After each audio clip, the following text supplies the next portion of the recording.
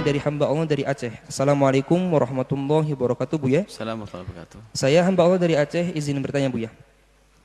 Bagaimana Buya menanggapi fenomena dakwah dengan mencaci maki, melaknat, merendahkan orang lain?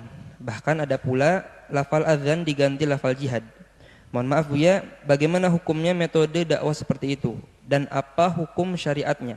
Serta bagaimana cara kami para murid bersikap ketika menjumpai dakwah yang caci maki, laknat dan lain-lain, Buya. Syukran katsiran Buya atas jawabannya. Bismillah. Jadi kita itu pandanglah Islam itu adalah sesuatu yang sangat indah dan selalu baik. Yakin dengan seyakin-yakinnya.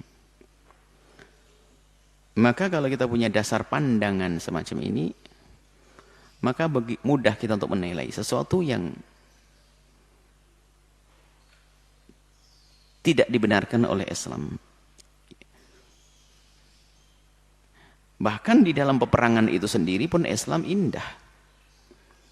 Islam mengadakan perang bukan karena di dalam Islam itu mengajarkan berperang untuk memulai, tidak. Peperangan yang ada di dalam Islam itu adalah untuk membela. Sebab kita manusia berakal dan punya sesuatu yang harus kita jaga, diri, keluarga. Binatang saja kalau dilawan, kalau disakiti, membela dia. Bagaimana manusia? Maka membela itu adalah biasa. Yang nggak boleh adalah memulai dengan kejahatan. Dan Islam tidak ada pemulai dengan kejahatan. Maka apa yang selama ini diisukan, disebarkan oleh orang di luar Islam, bahwasanya Islam disebarkan dengan pedang dan sebagainya, dengan nggak ada itu. Islam tidak memulai. Kalau ada pelaku-pelaku perjuangan yang keluar dari jalur ini, maka itu kesalahan dia, bukan kesalahan Islam. Islam ada rambu-rambu yang jelas. Ini secara umum Islam. Kemudian ada kelompok-kelompok yang mengajarkan kebaikan atau bahkan mungkin mengajak untuk bisa berdakwah, berjuang dan sebagainya. Nah, kelompok ini pun sama. Kelompok ini adalah sifatnya lebih besar daripada individu orang per orang. Kelompok A, anggap saja dakwah al-bahjah atau yang lainnya. Tapi semuanya ini adalah ingin bagaimana membawa Islam kepada umat yang lebih luas lagi. Maka kelompok-kelompok ini juga berbeda, dia seperti manusia-manusianya berbeda-beda. Karena di dalam kelompok ada manusianya. Ada yang ternyata ada di cara berpikirnya adalah salah. Maka muncullah orang mengatasnamakan Islam salah. Islam teror. Padahal dalam Islam nggak ada teror. Islam membantai, nggak ada Islam membantai. Seperti itu. Jadi kita harus bisa memilah itu. Kok ada perang Islam? Perang Islam untuk membela diri, bukan memulai. Kalau ada sebuah negeri nggak mau masuk Islam, tapi dia nggak mengganggu kita, ya nggak diapa-apain, kok aman kok. Dan itu dilakukan Nabi, oleh sahabat Nabi dan seterusnya. Bahkan penakluk-penakluk yang luar biasa seperti Muhammad Al-Fatih dan yang lain, Salahuddin Al-Ayyubi, melindungi orang-orang non-muslim yang di bawah naungannya. Justru diperhatikan secara khusus. Jangan sampai ada di antara umat Islam yang berlebihan, lalu menghantam mereka. Dilarang kok. Begitulah. Sayyidina Umar pun berwasiat dengan wasiat yang banyak. Jangan lakukan begini, jangan lakukan begini, jangan lakukan begini kepada orang non-muslim. Itu kan ada dalam Islam. Nih, jadi ini termasuk diantaranya kita dengar ada sekelompok ulama yang menyeru kepada dakwah, berjuang, menegakkan kebenaran dan sebagainya. Di bawahnya itu juga orang-orang yang banyak. Nah, muncullah misalnya seruan jihad. Apa seruan adzan? Hayya 'alal jihad. Secara fikih, secara hukum nggak ada itu. Kalau orang ngomong hayya 'alal jihad, ya boleh-boleh saja. Di mana jihad, Bu? Di Palestina atau di mana, ya boleh-boleh saja ngomong begitu. Sementara kalau misal lingkungan pondok teriak 'alal jihad, oh kamu gila, sakit ini. Di pondok 'alal jihad. Jihad ke apa? Jihad di mana? Jadi ada waktu untuk mengucapkan itu, tapi kalau adzan diganti jelas nggak dibenarkan oleh siapapun. Nah, karena itu berarti itu kan masalahnya masalah bukan ilmu itu. Kalau bukan ilmu kan tidak keluar dari orang alim. Kalau tidak keluar dari orang alim, jangan terlalu pusing lalu menisbatkan itu pada orang alim. Ini diperlaku orang-orang nggak mengerti. Kelompok orang nggak mengerti, tiba-tiba azan, kalau memang betul ada, terlalu semangat, hayya 'alal jihad. Ya sudah, ini adalah perilaku yang salah. Di negeri aman, di negeri kita ada seru jihad semacam itu tidak dibenarkan. Kemudian lah, cara menilainya selanjutnya adalah, mungkin dia itu karena memang tidak mengerti. Kalau tidak mengerti adalah kelas orang yang anggap saja bodoh, tidak mengerti, sudah dinasihati, difahamkan. Kemudian ternyata dia ikut kelompok yang selama ini menegakkan kebenaran. Ya jangan dinisbatkan, wong ini ada urusan orang per orang. Yang jadi masalah itu kita kadang langsung, wah ini kelompok, anggap saja deh, kita tidak menyebut ormas manapun, anggap saja ada kelompok Al-Bahjah yang begitu, lalu langsung dinisbatkan Al-Bahjah. Ya salah dong, tidak ada urusannya dengan kita kok. Maksud kami adalah, dari siapapun, aparat dan yang lainnya, kalau menemukan orang semacam itu, jangan langsung ditempelkan, oh ini kelompok itu kesalahan. Ini adalah ijtihadnya orang-orang yang tidak ahli ijtihad. Ini usaha orang-orang yang tidak mengerti lalu membuat kayak begitu. Jangan disebutkan, loh itu kan anak buahmu. Biarpun anak buah saya, kan tidak saya izinkan, saya tidak ngajarkan begitu. Lalu bagaimana? Ya saya jewer. Kalau pemerintah punya undang-undang hukum, ya dihukum saja, selesai. Tapi yang jadi masalah kadang dihubung-hubungkan dengan pejuang-pejuang yang besar, yang serius menegakkan kebenaran. Nah ini adalah berarti kita sudah punya kebencian dengan orang yang menegakkan kebenaran. Ada kesalahan di sini langsung disebutkan begitu. Tidak beda yang demikian itu dengan orang yang pakai baju. Misalnya kita punya kumpulan pakai baju putih, kemudian pakai sorban hijau. Ada tulisannya Al-Bahjah. Atau anggap saja baju polisi. Kalau tiba-tiba ada polisi atau orang pakai baju Al-Bahjah jejer berdua, tiba-tiba ke sebuah masjid, ngebom masjid atau ngebom bis, apakah bisa langsung disalahkan bahasanya Al-Bahjah atau polisi ngebom? Ya enggak dong, itu kan orang per orang. Yang jadi masalah adalah gara-gara ada orang begitu langsung dicari kelompoknya mana. Jangan dihubung-hubungkan dulu. Dan memang ada kelompok-kelompok yang mengajarkan ekstremisme juga ada, akan tapi lihat jangan serta-merta menghubung-hubungkan itu, akan tapi perlu dicek sejarahnya. Tanyakan bahwasanya kelompok yang dia itu mengatakan sambung atau ikut ulang, apakah kelompok ini mengizinkan itu? Jadi kalau ini masalah ilmiah tidak masuk, jangan dinisbatkan kepada kelompok-kelompok besar. Wah ini ormas besar, ini kan anak buahmu. Enggak mengizinkan. Ini adalah secara hukum juga enggak benar kok. Ada hayya 'alal jihad. Mana? Jadi sudah jadi gampang aja, selesai. Mungkin dari pihak polisian tangkap, selesai dia. Yang jelas dari ormas manapun tidak mengajarkan begitu kok.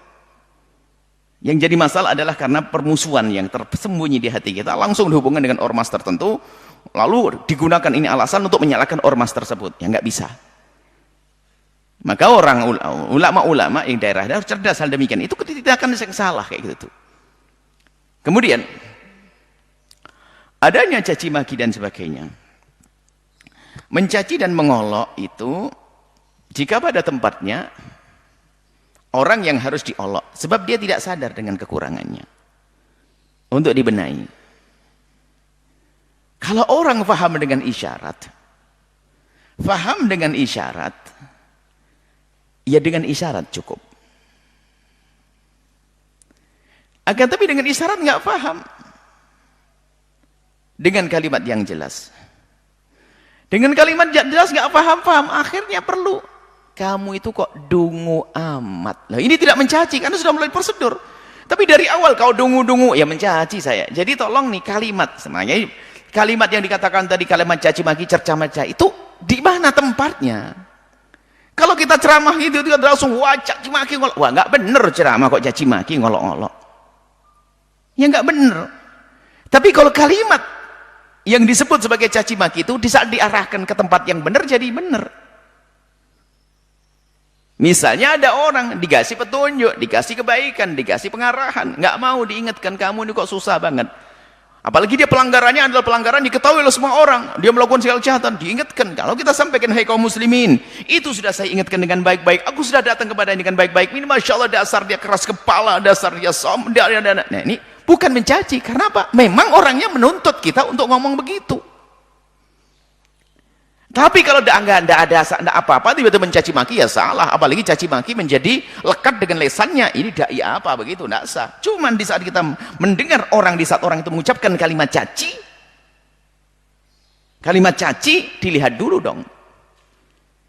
Kapan waktu dia mengucapkannya? Kapan dia mengucapkannya?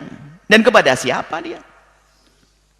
Inilah jadi maksud kami adalah jangan mudah percaya juga dengan potongan-potongan video mungkin yang dinisbatkan kepada para ulama, ternyata di situ ada caci maki. Biasanya omongan ini ada rentetannya. Apa sih rentetannya? Satu. Yang kedua, dan memang seharusnya sebagai seorang ustadz waspada di dalam berbicara ini, jangan sampai di dalam kita berucap itu nanti dianggap oleh orang sebagai caci maki lalu menyakitkan orang, tambah jauh daripada hidayah. Artinya harus pandai memilih. Kalau terpaksa kita harus mengucapkan kalimat caci, terkutuk dan sebagainya, maka memang sudah tepat kita.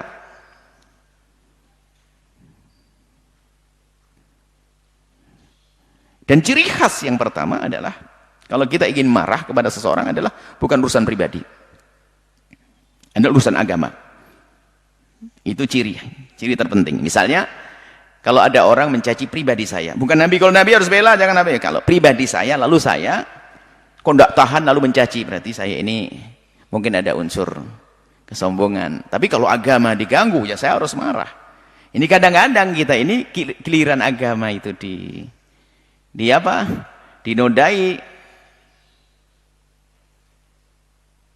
Sebab menodai agama itu mencaci, tidak marah. Giliran organisasinya disentuh, wah bangkit. Dirinya marah. Lah ini nggak benar itu. Baik, intinya kita perlu berhati-hati dalam menilai, kemudian kita juga harus berhati-hati dalam kita beraksi. Jadi aksi kita akan dinilai, dan di saat kita menilai pun harus berhati-hati. Kalau kita dengan dua ini adalah selamat aman. Kita akan berbuat, kita pikirkan. Apakah sudah perlunya kita mengatakan kalimat kotor itu? Kalau sudah mendesak, iya. Tapi mendesaknya seperti apa aturannya? Apakah ada cara yang lain lagi? Bukankah kalau seandainya seumur hidup kita itu tidak mencaci Fir'aun pun nggak salah kok kita? Ya, jadi ini cuman di saat ada orang mengatakan kalimat seperti itu, dasar Fir'aun, iblis. Loh, ntar dulu dia ngomong apa sih? Bisa saja mungkin terjadi dialog panjang dia seperti iblis perilakunya, dasar iblis. Ya bisa jadi begitu. Jadi ayo kita biar lega lah hati kita itu, jangan dikit-dikit permusuhan aja. Ada hayya 'alal jihad, kelompok ini dimusuhi. Ada yes, ribut kita ini. Nah, kalau di dalam kita melakukan sebuah aktivitas atau aksi, hati-hati. Yang hati-hati saja masih kepleset kok. Namanya manusia kan makhluk khata wa nisyan. Bagaimana jika kita tidak hati-hati? Kemudian di saat menilai seseorang pun harus waspada, hati-hati. Tidak anaknya si fulan itu kalau salah langsung dinisbatkan bapaknya. Bukan seorang muslim melakukan kejahatan langsung dikatakan dasar Islam, ya salah dong. Jadi kita tidak bijak menilai, waspada. Itu saja yang perlu kami sampaikan. Yang jelas tidak benar dong kalau tidak ada alasan apa-apa tiba-tiba ngomong nggak baik di mimbar, ya bukan juru dakwah yang sesungguhnya. Harus ada sebabnya kenapa harus mengucapkan kalimat tersebut. Mungkin untuk orang yang memang sudah tidak pernah bisa mendengar telinganya, sementara membahayakan orang lain, maka perlu disebut.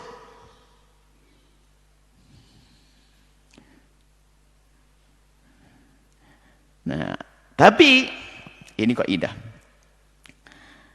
Kalau ada orang mencaci diri saya, mengolok diri saya sendiri, nggak ada perlunya saya membelanya.